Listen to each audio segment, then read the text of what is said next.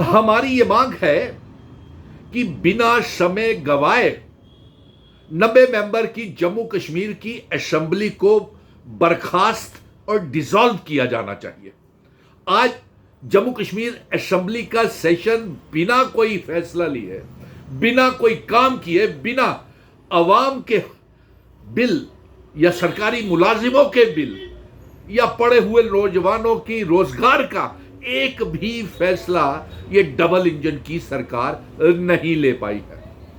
Double engine की सरकार यहां पे जम्मू कश्मीर में जो चल रही है वो एक एलजी मनोज सिन्हा साहब के पीछे भारतीय जनता पार्टी के 28 एमएलएस हैं और दूसरी चीफ मिनिस्टर उमर अब्दुल्ला के पीछे जो 50 एमएलएस है। ये दोनों डबल इंजन की सरकार कोई भी अवाम के हक में बिल पास नहीं कर पाई है और इसे बिना समय गवाए डिसॉल्व कर देना चाहिए। और इसके साथ साथ जिस तरीके से क्रॉस वोटिंग राज्यसभा के चुनावों में हुई, 25-25 करोड़ रुपए के एमएलएस बिक गए और भारतीय जनता पार्टी ने हॉर्स ट्रेडिंग की, खरीद फरोख्त की। उन्होंने सिर्फ असेंबली में हंगामा किया और वही नहीं हंगामा किया, 90 के 90 एमएलए असेंबली में हंगामे करते हुए नजर आए, एक दूसरे के ऊपर इल्जाम तराशी करते हुए नजर आए और आखिर में यह भी उन्होंने कबूल कर लिया कि इन 90 के 90 एमएलए की कोई ब्यूरोक्रेट, मिनिस्टर या IAS, IPS officer, DCs, commissioners इनके बातों का जवाब तक नहीं देते हैं, इनके टेलीफोन कॉल्स तक नहीं उठाते हैं। पहले तो चीफ मिनिस्टर उमर अब्दुल्ला ही कहते थे, इसीलिए हम ये मांग कर रहे हैं कि इसे बिना समय गवाए डिसॉल्व कर देना चाहिए जब तक कि जम्मू कश्मीर को रियासत का दर्जा वापस नहीं मिलता। ये 90 के 90 एमएलए जो है जम्मू कश्मीर की आवाम के ऊपर और सरकारी खजाने के ऊपर बोझ बने हुए हैं और ये अलायंस की सरकार जिस तरीके से इनकी लड़ाइयां अंतरकला इन फाइटिंग पार्टीज में चल रही है अपने ही मेंबर पार्लियामेंट्स के साथ, आगा राहुल्ला और मियां अल्ताफ के साथ चीफ मिनिस्टर उमर अब्दुल्ला की लड़ाइयां चल रही हैं, उसी तरीके से असेंबली के अंदर भी लड़ाइयां चल रही हैं। और जम्मू कश्मीर की असेंबली में एक भी बिल ये पास नहीं किया गया कि रियासत का दर्जा वापस किया जाए, आर्टिकल 370 वापस आए। और मैं ये अपील करूंगा जम्मू कश्मीर के लोगों को कि ये 2 सीटें जो नगरोटा की और बडगाम की है, ये अलायंस की सरकार शहजादा सलीम चीफ मिनिस्टर साहब के रवैये की वजह से ये दोनों सीटें अलायंस की सरकार कहीं हार ना दे, मैं उन्हें आगाह कर रहा हूं। और ये भी आगाह कर रहा हूं कि आपके 14 से 18 एमएलए भारतीय जनता पार्टी के संपर्क में है, वो जल्द ही चीफ मिनिस्टर साहब की सरकार, अलायंस की सरकार को गिरा रहे हैं। और उसके ऊपर हम ये कहेंगे कि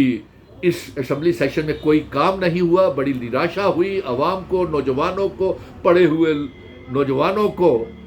और कोई भी फैसला ये सरकार नहीं ले सकी। इस असेंबली को बर्खास्त किया जाना चाहिए, डिसॉल्व किया जाना चाहिए जब तक कि रियासत का दर्जा वापस नहीं मिलता है। और हमें पूरा भरोसा है हम आर्टिकल 370 रियासत के दर्जे की जंग जारी रखेंगे। और मैं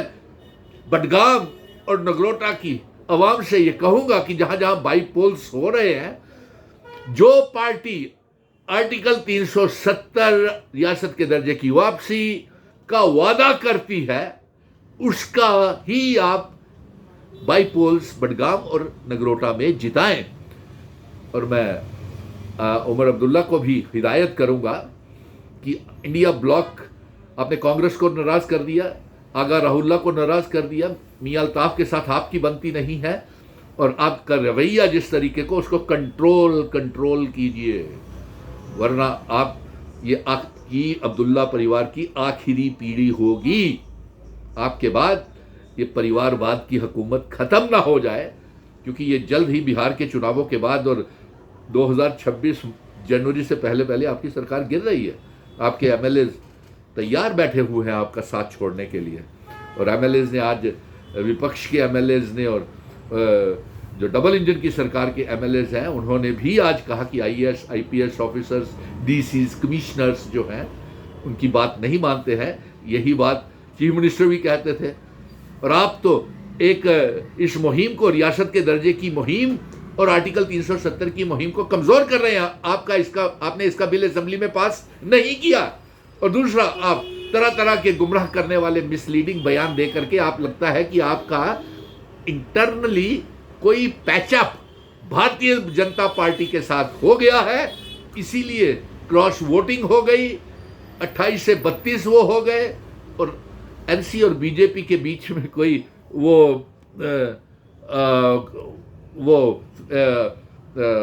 तालमेल सेट हो गया है। और अब इसीलिए आपने रियासत के दर्जे के ऊपर खामोश रहे, अवामी बिलों के ऊपर खामोश रहे और सिर्फ सिवाय हल्ला गुल्ला और शोर शराबे के बीच में ये ख़त्म हो गया सेशन और लोगों का कोई काम नहीं हो पाया। और इसीलिए हम ये मांग करते हैं कि इस असेंबली को डिसॉल्व कर दिया जाए और बडगाम और नगरोटा की दोनों सीटें उमर अब्दुल्ला साहब अगर अपने रवैये को ठीक नहीं किया, अपने एटीट्यूड को कंट्रोल नहीं किया, तो आप ये सीट हार जाएंगे।